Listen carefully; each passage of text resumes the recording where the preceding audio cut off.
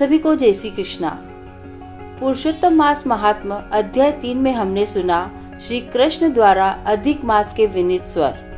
आज अध्याय 4 में जानेंगे अधिक मास का भगवान श्री कृष्ण की शरण में आकर दीन वचन।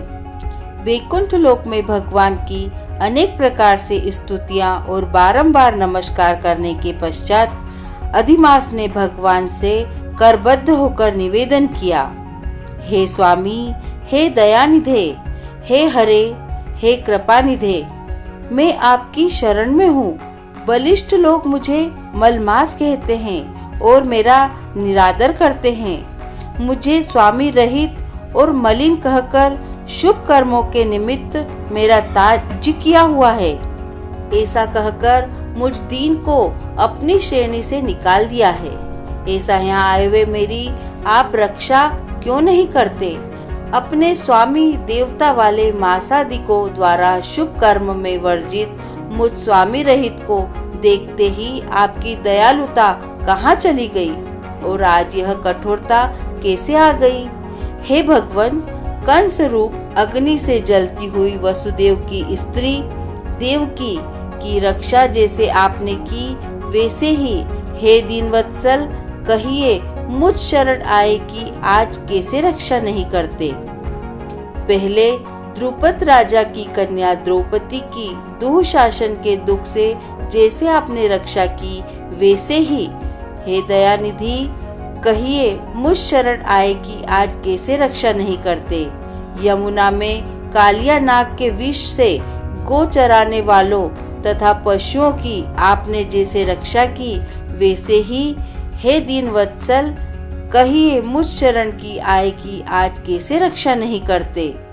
पशु और पक्षियों को पालने वाले एवं पशुपालकों की स्त्रियों की जैसे पहले व्रज में मगध देश के राजा जरासंध के बंधन से राजाओं की जैसे रक्षा की, वैसे ही हे दीनवत्सल कहिए मुझ शरण आए कि आप कैसे रक्षा नहीं करते? आपने ग्राही के मुख से गजराज की झट आकर जैसे रक्षा की, वैसे ही हे दीन दयाल कहिए मुझ शरण आए कि आज कैसे रक्षा नहीं करते? श्री नारायण बोले, इस प्रकार भगवान को कह स्वामी रहित मलमास आंसू बहाता हुआ मुख लिए जगतपति के सामने चुपचाप खड़ा रहा। उसको रोते देखते ही भगवान शीघ्र ही दयार्द हो और पास में खड़े दीन मुख मलमास से बोले, हे वत्स, क्यों इस समय अत्यंत दुख में डूबे हुए हो? ऐसा कौन बड़ा भारी दुख तुम्हारे मन को है? दुख में डूबे हुए तुझको हम बचाएंगे, तुम शोक मत करो। मेरी शरण में आया फिर शोक करने के योग्य नहीं रहता। यहाँ आकर महादुखी नीच भी शोक नहीं करते, इसलिए तुम यहाँ आकर शोक में मन को दबाए हुए हो। जहाँ आने से न शोक होता है, न कभी बुढ़ोती आती है, न मृत्यु का भय रहता है, किंतु नित्य आनंद रहा करता है। इस प्रकार के वैकुंठ में आकर तुम कैसे दुखित हो? तुमको यहाँ पर दुखित देखकर वैकुंठवासी बड़े विस्मय को प्राप्त हो रहे हैं। हे वत्स, तुम कहो इस समय तुम मरने की क्यों इच्छा करते हो?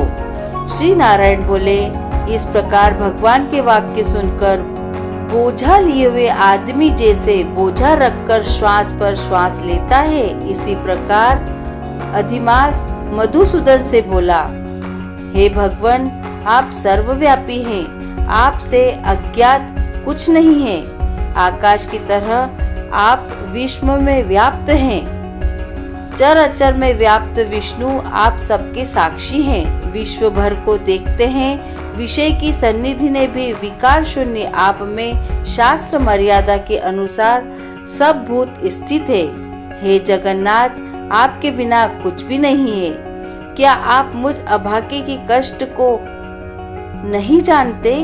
तथापि हे नाथ, मैं अपनी व्यथा को कहता हूँ। जिस प्रकार मैं दुख जाल से घिरा हुआ हूँ, वैसे दुखित मैंने न कहीं देखा है और न सुना है।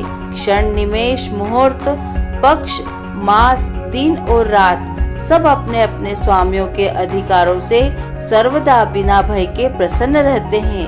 मेरा न कुछ नाम है, न कोई अधिपति है, न मुझको कोई आश्रय है। अतः क्षणाधिक समस्त स्वामी वाले देवों ने शुभ कार्य से मेरा निरादर किया है। यह मलमास सर्वदा त्याज्य है, अंधा है, गर्त में गिरने वाला है, ऐसा सब कहते हैं। इसी के कारण से मैं मरने की इच्छा करता हूँ, अब जीने की इच्छा नहीं है। निंद जीवन से तो मरना ही उत्तम है। जो सदा जला करता है वह किस तरह सो सकता है। हे महाराज, इससे अधिक मुझको और कुछ नहीं कहना। वेदों में आपकी इस तरह प्रसिद्धि है कि पुरुषोत्तम आप परोपकार प्रिय हैं, दूसरों के दुख को सहन नहीं करते हैं। अब आप अपना धर्म समझकर जैसी इच्छा हो वैसा करें। हे प्रभु, आप महान हैं। मैं मरूंगा, मैं अब न जीऊंगा, ऐसा पुनः पुनः कहकर अधिमास, हे ब्रह्मा के पुत्र, चुप हो गया और एकाएक श्री विष्णु के निकट गिर गया। तब इस प्रकार गिरते हुए मलमास को देख भगवान की सभा के लोग बड़े विस्मय को प्राप्त हुए। श्री नारायण बोले, इस प्रकार कहकर चुप हुए अधिमास के प्रति बहुत कृपा भार से अवसन्न हुए श्री कृष्ण मेघ के समान गंभीर वाणी से चंद्रमा की किरणों की तरह उसे शांत करते हुए बोले। सूत जी बोले, हे विप्रो, वेद रूप ऋषि के आश्रित नारायण का पापों के समूह रूप समुद्र को शोषण करने वाला बड़वानल अग्नि से समान वचन सुनकर प्रसन्न हुए नारद मुनि पुनः आदि पुरुष के वचनों को सुनने की इच्छा से बोले। इति श्री पुरुषोत्तम मासाय चतुर्थ अध्याय समाप्त। बोलिए विष्णु भगवान की जय। आपको अधिक मास महात्म्य अध्याय 4 सुनकर कैसा लगा? आप अपने कमेंट के द्वारा हमें अवश्य ही बताएं। यह कथा पसंद आने पर लाइक और शेयर जरूर करें। ऐसी ही और धार्मिक और प्रेरक कहानी सुनने के लिए हमारे चैनल संस्कार कथा चित्रण को सब्सक्राइब कर लें ताकि हमारा अगला वीडियो आप तक पहुंच सके। धन्यवाद।